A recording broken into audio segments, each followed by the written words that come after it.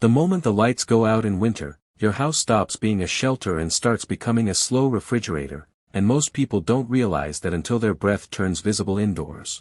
Here's the part nobody tells you: in a winter blackout, cold doesn't kill you fast, it kills you quietly, through exhaustion, bad decisions, and heat bleeding out of your body hour by hour while you think you're doing okay.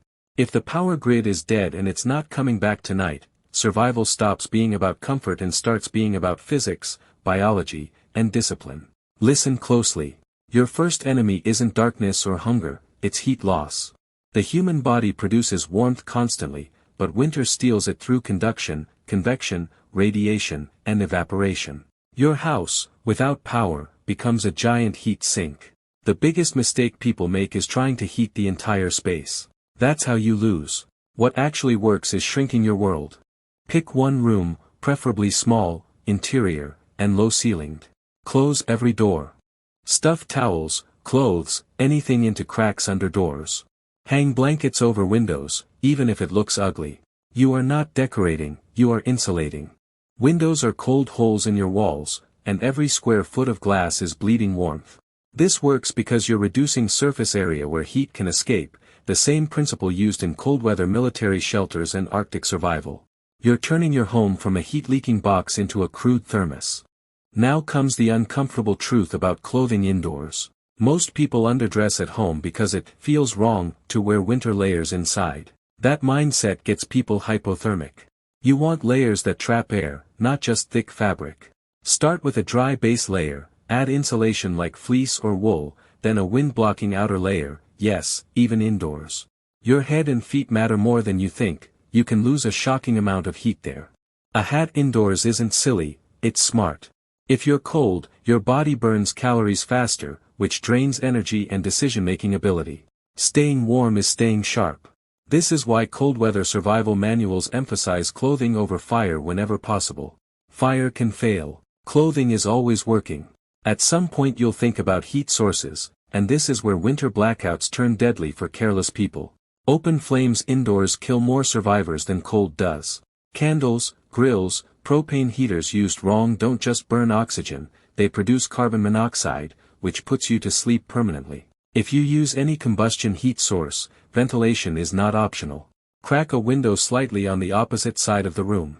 Use a carbon monoxide detector if you have one, battery-powered ideally.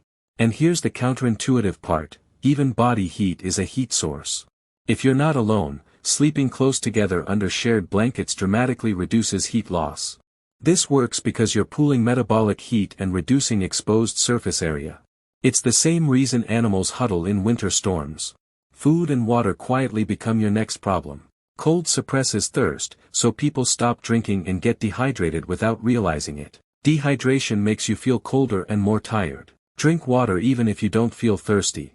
Eat calorie-dense foods if you have them. Fats and carbohydrates burn slower and help your body maintain temperature.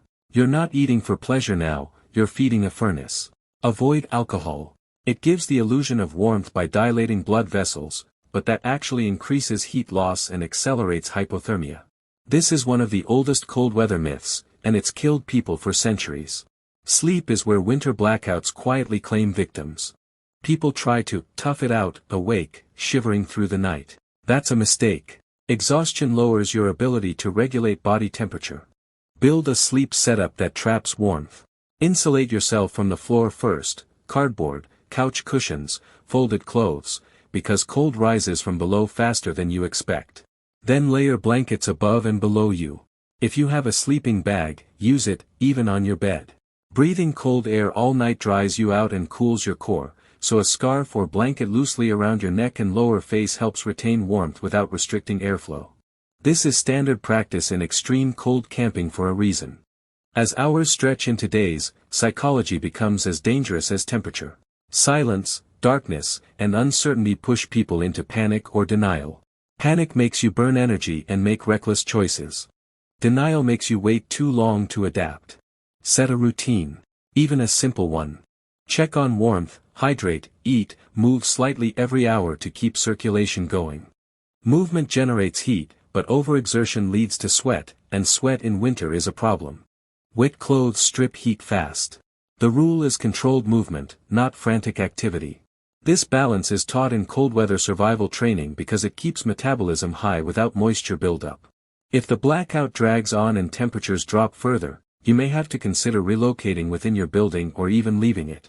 Before that moment arrives, prepare. Pack essentials while you still have daylight or battery power. Flashlight, water, food, layers, documents. If you leave, wind chill becomes your enemy.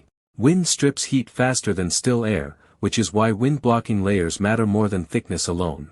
Move deliberately. Shelter beats movement unless movement leads to better shelter. That's a hard rule in winter survival. Here's the final thing most people don't want to hear. Winter blackouts don't feel dramatic at first. They feel inconvenient. Boring. Manageable. That's why they're dangerous. Survival isn't about heroic actions, it's about respecting cold as a force of physics that doesn't care how prepared you feel. The people who make it through are the ones who reduce space, trap heat, fuel their bodies, avoid silent killers like carbon monoxide, and stay mentally ahead of the situation instead of reacting to it. If you're listening to this now, remember this: warmth is life, discipline is survival, and winter does not forgive hesitation.